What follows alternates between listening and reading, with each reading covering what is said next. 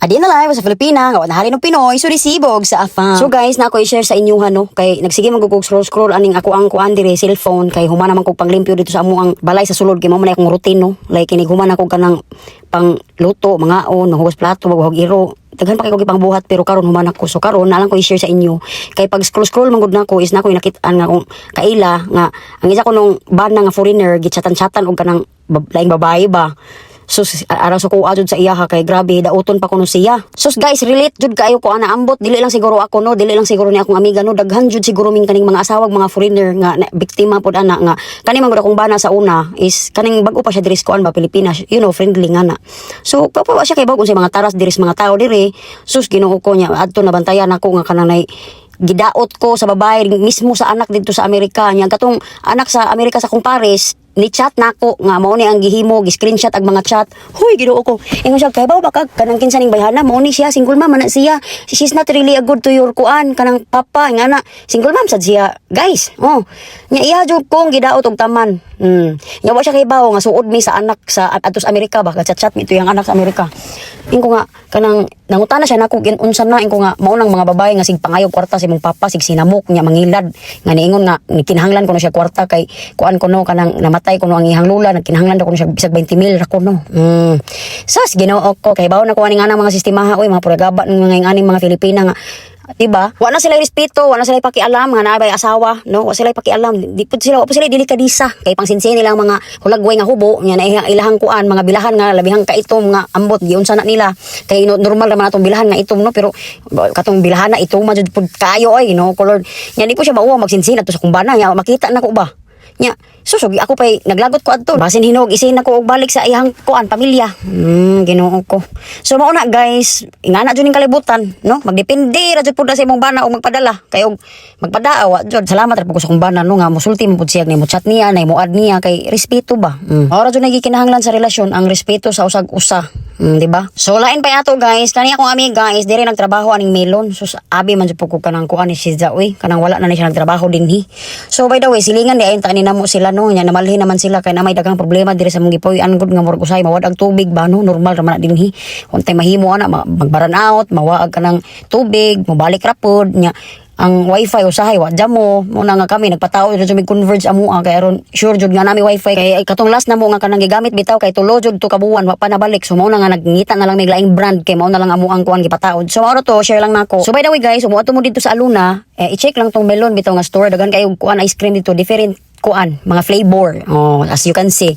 pwede ra to niyo atuon dito kay guwapa man sa kay itong tindira mura man hinunog tindira kung ibaligya diri oy bitaw guys oy kuan lang ba tabang-tabang lang taba no charis. So by the way guys ni kalit-kalit ra jud ko anhi dinhi sa Aluna no kay nabalaka man ko sa kong amiga oy kay ni ana man gud siyang itugnaw kuno siya kay ni sud ko sa iyang live is kanang nako diri sa balay nagpaabot ko sa time nga magkuha sa among anak nga kinamagwangan niya kung bana is nagigdahigda niya ako pong mga anak natug patong duha. So mao to ni ana po ko mo anha ra ko diha ron tanaw na ko makaapas ba ko so wa po ko ni promise ni nga madto ko no kay ni ana man ko nga magkuha pa kong wilis pero makasabot ra man po na akong amiga kay masinabtanon man to pero ako po di po ko mapakali kay ni nga man siya gitugnaw kuno siya nya kinsa pa po nagdahom og basin basag yang sininaw kay bawo sing basa ba na ingon ana so ako po is dol-dol ra man sad ko dinhi so why not adto sagot pud to na ho kadyot di ba bisan pag unsa ta ka busy basta kay ug kana bitaw na murag mabalaka kasi imong amiga syempre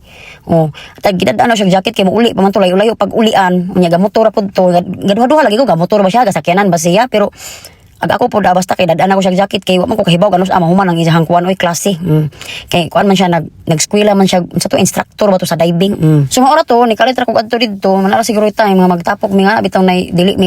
busy kay pareha man sa may busy kay busy man sa to siya sa iyang life no so nag-focus pud siya unsa iyang mga plano sa kinabuhi karon good luck nimo be.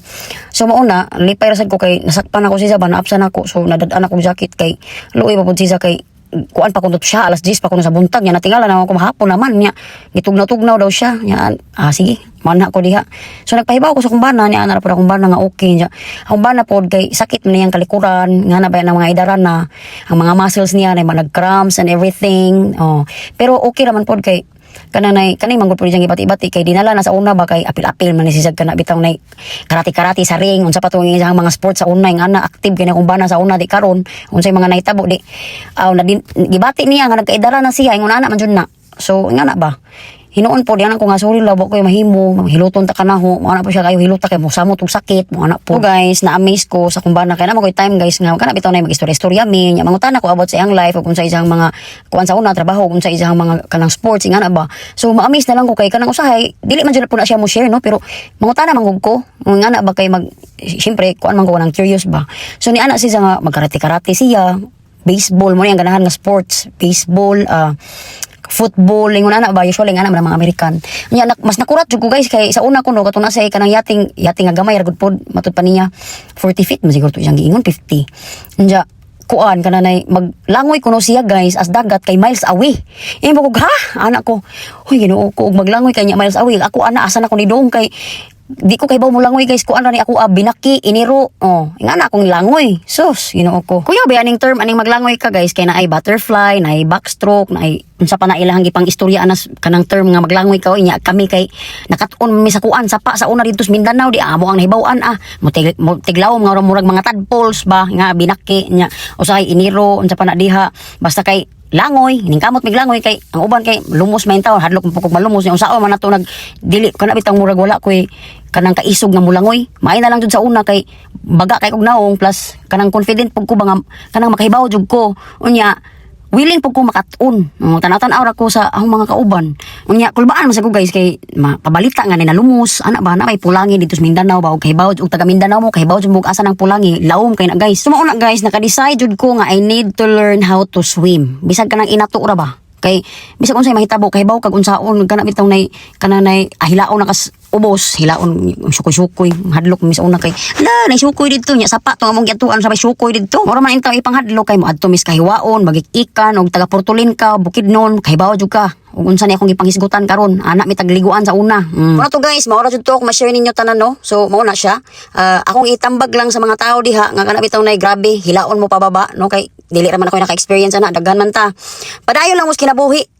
dapat mapasalamaton ta na makamata ta kada adlaw nga healthy ta kay naadjud tay chance makita ang kuan unsa kanindot ang kalibutan no i-embrace tanan bahala na sila uy Ginoo ko nga naman din nag malata ka diha kanang klaseng tawo yung ana guys wala jud na sila kalipay sa kinabuhi kay magsige rag panghilabot sa uban instead nga manamin sila sa kaugalingon nila no og ilang evaluate ilang kaugalingon aw laing tawo ilang bantayan kay nguna naman na ilang kalipay no so sumatud pa sa kumbana guys whatever they say moingon ra jud kag okay kay usa pa there's no point nga makig-away pa ka sa mga tawo nga kanang toxic, narcissistic, ay mga close-minded yun ang mga anang tao guys. So, maura na ko ingon ninyo. There's no point to argue, no? Kung nga na ang mga matubang nga tao, Ginoo ko, is very exhausting.